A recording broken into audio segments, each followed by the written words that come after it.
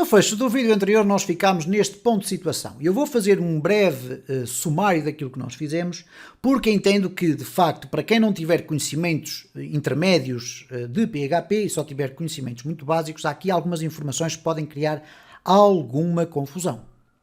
Eu criei dois projetos, um deles já tem um index.php, o outro não tem rigorosamente nada. Eu poderia até inclusive alterar aqui o nome para tornar isto um bocadinho mais interessante. Isto é, nós temos um endereço que é o API e depois temos o index.php.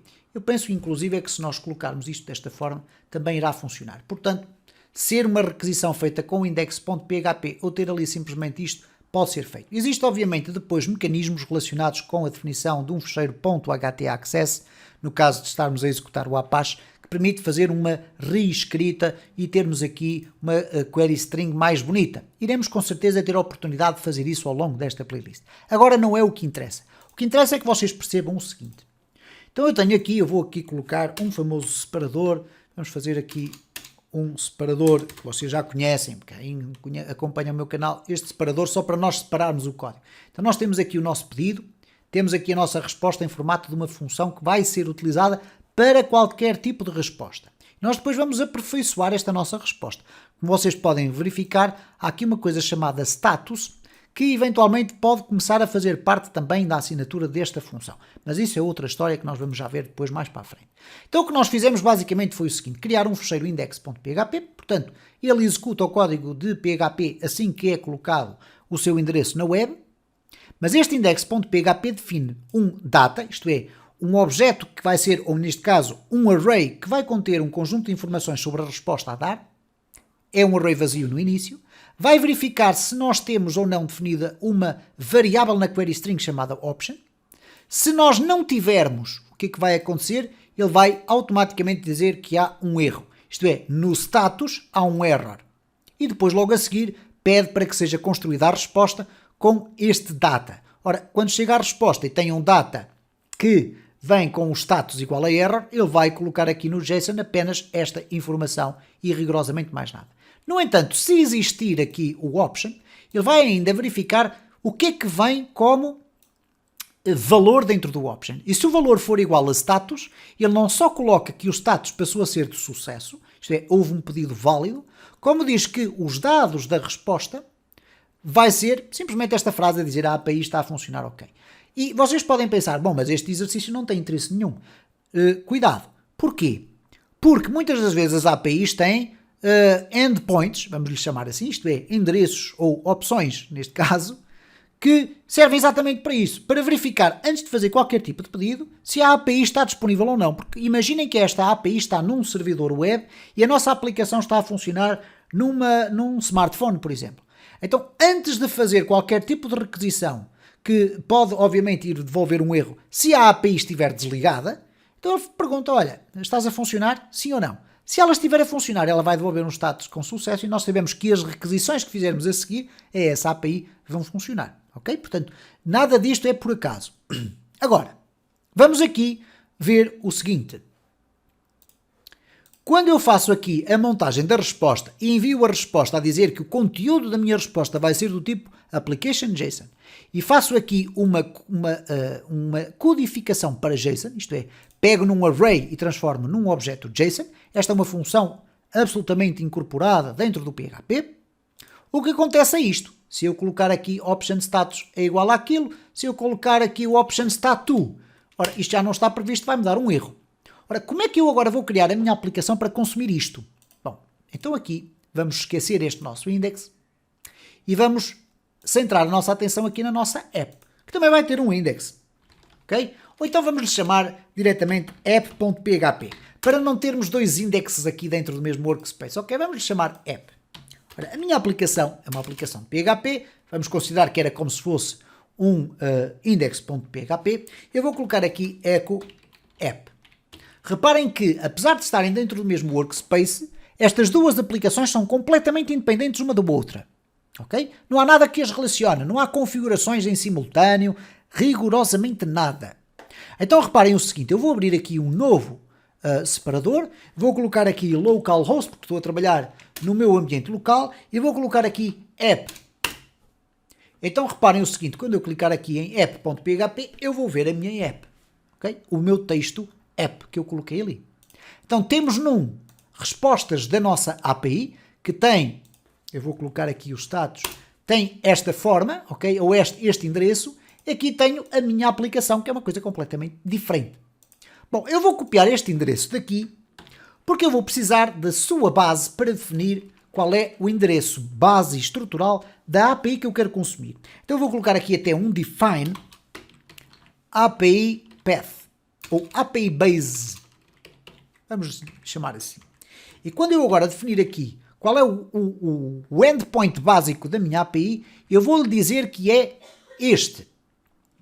Ok? Eu vou lhe dizer que é, inclusive eu posso dizer que é este. Ok? Porque como eu só tenho o option, eu só vou ter que acrescentar o valor que eu quero à frente. Então, o API base é isto. Agora reparem o seguinte. Se eu disser assim, ok, eu quero chamar o endpoint para saber se a API está disponível ou não. O que é que eu tenho que fazer? Bom, eu teria que chamar de alguma forma, já vamos ver como, o endpoint constituído por API base e status. Okay? Portanto, se eu fizer aqui um eco disto tudo, o que é que vai acontecer? Reparem, eu vou aqui, vou refrescar, e temos http://localhost API option igual a status. Onde é que nós já vimos isto? Bom, está exatamente aqui.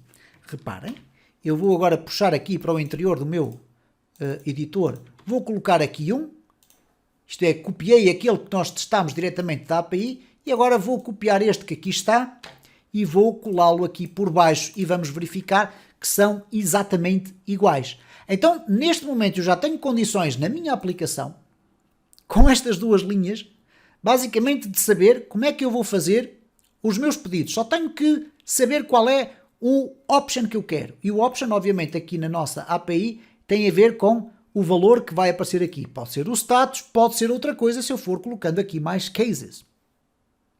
Bom, vamos então testar aqui o nosso sistema. Eu tenho ali a minha definição, e para fazer todas as minhas requisições, eu vou seguir sempre a mesma metodologia. Ora, se eu vou seguir sempre a mesma metodologia, eu, em qualquer lugar da minha aplicação, eu vou querer ter uma função que me permita fazer esse pedido. Então, reparem, se eu colocar aqui function API request, vamos fazer o pedido à nossa API e vamos dizer qual é a nossa opção. Option. Ora, a nossa API request já sabe que tem que fazer o pedido para o API base mais a opção que eu lhe passar. Ok? Para que estes pedidos sejam feitos, o que nós fazemos aqui, obviamente, não é colocar uma hiperligação, não é um link, não é apresentar um link. É utilizar o curl. O curl, ou CURL, é uma funcionalidade, uma biblioteca, um módulo que existe dentro do PHP e que nós aqui vamos tirar partido dele. Então eu vou colocar aqui cliente, vamos lhe chamar assim, ou então vou colocar client para usarmos os termos em inglês, é igual a quê? A curl init. E esta é uma função do PHP, ok? Eu aqui dentro vou apenas definir uma coisa, que é aquilo que aqui está. Qual é a URL? Ok? Ora, a minha URL, neste caso, é constituída por duas componentes. Pelo API base, juntamente com o option. Ok? Portanto, aquilo que eu fiz aqui no echo é aquilo que está a ser construído aqui como o local onde eu vou fazer o pedido. Para fazer o pedido de forma correta, e depois eu já vou mostrar qual é a diferença, eu vou definir uma opção do meu curl. Então eu vou colocar aqui curl setOpt, que é uma função do PHP relacionada com o curl, e vou dizer, ok, eu quero atribuir uma opção ao cliente, e essa opção, que é uma constante, ela pode ser escrita desta forma, curl opt, ok? E vamos dizer que queremos um return transfer, true, isto é, verdadeiro. Não interessa muito bem porque é que agora estamos a escrever isto, mas se vocês quiserem aqui ler, o true to return the transfer as a string of the return value. Bom, ao invés de fazer um outputting direto. Isto é, ele vai devolver uma string, se estiver definido como true. E é isso que nós queremos, porque o JSON, ou JavaScript Object Notation, é geneticamente uma string. É uma string que contém um conjunto de informação organizada de uma forma que depois cada uma das linguagens de programação consegue descodificar através de funções e classes que internamente já têm implementadas, ok? Então, eu quero devolver uma string e agora vou dizer que a minha resposta, response, a minha resposta vai ser igual ao curl execute, ou exec, deste cliente. Ok? Ou deste client, assim. Certo? Bom, o que vai acontecer agora é o seguinte. Dentro desta resposta está o meu JSON. Ok?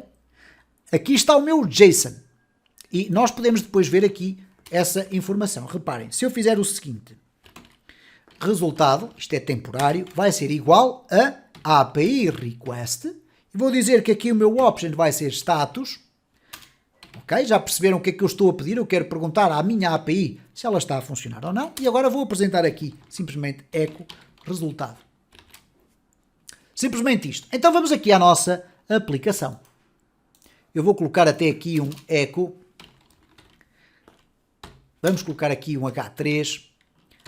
Aplicação. E vamos fechar aqui o H3. E depois vamos colocar aqui inclusive um HR. E por baixo disto tudo é que vamos ter as respostas aos nossos pedidos. Vamos testar para verificar se está tudo ok. Estamos aqui na nossa app, vou refrescar. Temos aqui a aplicação e reparem o que é que aconteceu. O sistema não me fez rigorosamente nada. Ou será que fez? Não, ele fez. Ele fez porquê? Porque eu obtive a resposta, mas não devolvi a resposta para fora desta function. Então eu vou fazer aqui um return. Ups, está difícil. Response. Então a resposta vai ser devolvida ao resultado, o resultado vai ser apresentado. Vamos aqui refrescar isto e reparem o que é que aparece. Status sucesso. Data API running OK. Bom, vamos aqui fazer uma pequena alteração. Eu vou puxar aqui para o lado para vocês verificarem isto. Aliás, vamos organizar isto de uma forma diferente. Eu vou puxar o meu browser para um lado, a aplicação aqui para o outro, ou neste caso o editor do código. E agora reparem então esta circunstância, que é o seguinte, eu vou aqui fechar. Se eu retirar daqui o status, ok? Isto é um pedido inválido, se eu agora refrescar, nós vamos ter aqui um status error, ok? Se eu deixar ficar o status, ele vai dar sucesso. Se eu aqui comentar esta linha, reparem, ele vai-me colocar ali um 1 no fim. E, portanto, eu quero uma string, mas não quero uma string com um 1 no fim.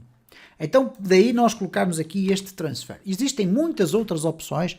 Existem opções para o envio de certificados, opções para definir pedidos do tipo post, etc. Iremos falar sobre essas circunstâncias mais à frente. Mas, reparem então, nós temos um status success, data igual a API running OK. Bom, neste caso, eu não quero que a resposta venha em formato de JSON. Eu quero que esta resposta já seja devolvida a este resultado formatada num array associativo. Então eu vou colocar aqui um JSON decode. Neste caso, a API faz o encode, eu faço um decode.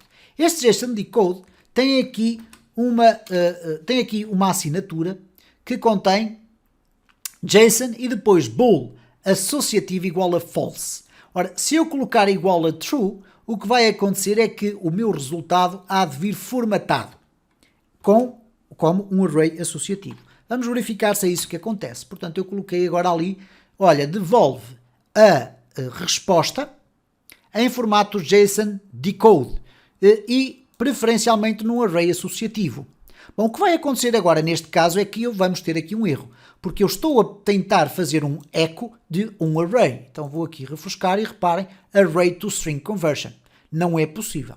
Então o que nós vamos fazer aqui para ver as nossas respostas é o seguinte, echo pre, para formatar a nossa resposta, e aqui nós vamos colocar, antes do pré, nós vamos ainda experimentar isto desta forma. Vamos colocar aqui um print R do resultado. Ok? E vamos verificar o que é que vai acontecer. Reparem, temos aqui um array que tem lá no seu interior um status cujo valor é sucesso e depois tem um data cujo valor é API running OK. Mas apresentado desta forma não fica esteticamente muito interessante. Então vamos fazer o seguinte. Eu vou colocar aqui o aplicação apenas com... Vamos colocar aqui com um P. Porque quando eu aplicar ali o pré, nós vamos ter uma formatação do texto de forma diferente. Reparem, eu vou aqui agora apresentar o texto. A aplicação está ali e depois temos aqui o array que tem então os seus valores no seu interior. Esta é uma forma muito mais interessante de nós conseguirmos perceber como é que a informação vem organizada. Portanto, temos aqui um stats que vai dar um erro, status error. Se tivermos um status, nós vamos ter então o sucesso e os dados que nós gostaríamos de obter. Tudo isto parece ainda muito incipiente e muito fora do contexto, mas vocês irão ver durante os próximos vídeos que nós vamos fazer aqui algumas implementações que começam a fazer sentido. Neste momento temos uma estrutura base da nossa aplicação para ela poder fazer pedidos à nossa API e os pedidos nós agora só os teremos que fazer aqui alterando aqui qual é a opção do nosso pedido e depois obviamente implementando essa opção do lado da nossa API.